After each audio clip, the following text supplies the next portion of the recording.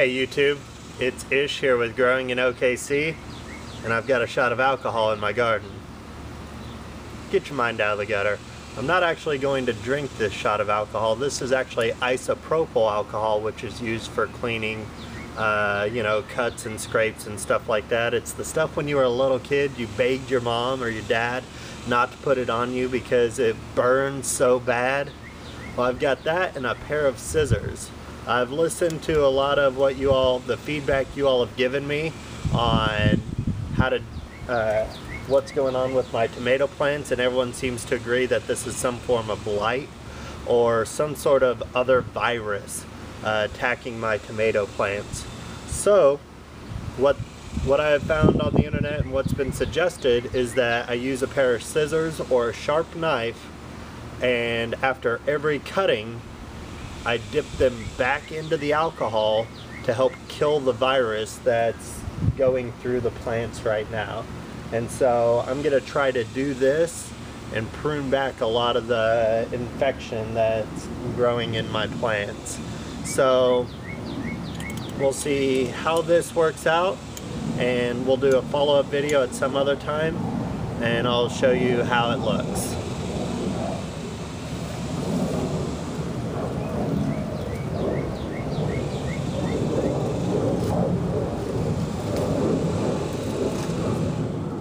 Well, YouTube, I'm sorry to say that it looks like one of my tomato plants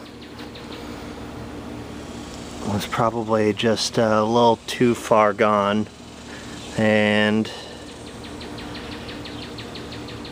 this is the post-mortem here. But the battle rages on. As you can tell, I've still got quite a bit of work left to do right there. I don't know, I'm gonna make sure and try to look. Hopefully this other plant's salvageable. There's quite a thorough bit of brown here as well.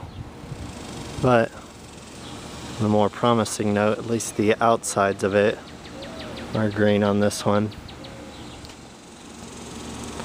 Okay, so I've now reached about the halfway point of clearing the blight out of my garden.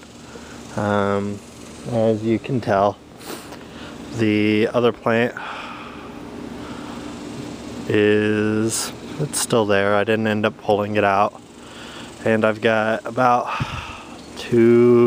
half my garden done, maybe 2/3. I've still got the bush cherry tomatoes left to do, but they seem a lot healthier. It's just too hot. I've been out here for 2.5 hours, I think, going over the plants. But I guess this is an important part of gardening, is that you've got to maintain your garden so that it doesn't end up, disease like this doesn't end up spreading. I took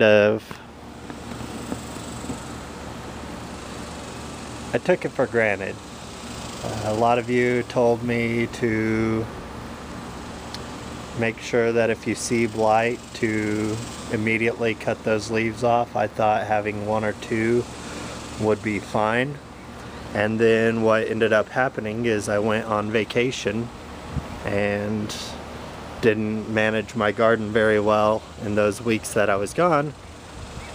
And then, as you all can see, the disease spread quite a bit. And so I guess this is just kind of a warning for any of you who think it's okay just to have a couple of leaves that are blighted in your garden and that your plants will be fine. Don't let it get away from you. Make sure that if you're going on a trip or something, well, hell, do it regardless of whether or not you're going on a trip. Make sure that if you have a disease spots on your plant, that you take care of it immediately so that you don't end up losing a whole plant plus, half of all your other ones.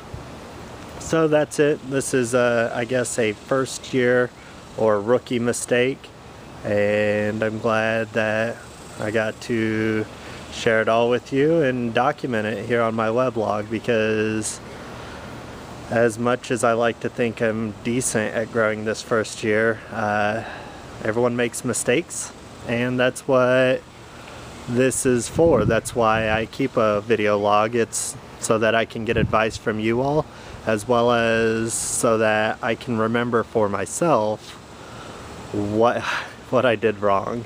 Because I'm sure, and I know I've heard Praxis say several times, he can't even remember how many plants he's killed, and I have a feeling that killing plants is just going to be an inevitable part of gardening, but it's still hard. Anyway, this is probably going to be it. I'm going to clean up the rest of this tomorrow when I'm not so hot, and I wish you all the best luck growing in Oklahoma City or wherever you're at in the world.